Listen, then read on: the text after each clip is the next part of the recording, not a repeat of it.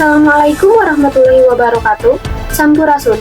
Edisi Kamis Kaping 22 Mei 2025. Simkuring Puncantika nugaris nadugikeun warta panganyarna.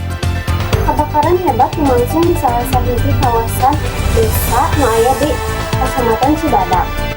Kebakaran ieu ngahanguskeun sababaraha bumi anu silih dempet. Kebakaran ieu oge lumangsung dina jam 10 wengi. Wilujeng enjing pamirsa kiwari kami ngalaporkeun kajadian kahuruan nu aya di Desa Cibadak. Kuring kasare ujug-ujug aya sora seuneu jeung jalma caririt ngarang kaluar teh ieu tetangga geus kakeum ku seuneu. Naon sabab musibah kahuruan eta Bu?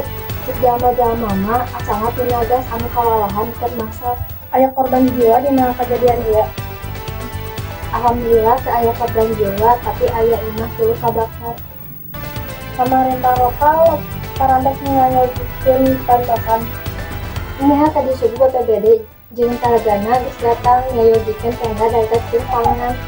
Hatur nuhun kana informasina pamirsa sakitu wae warta di Cibadak.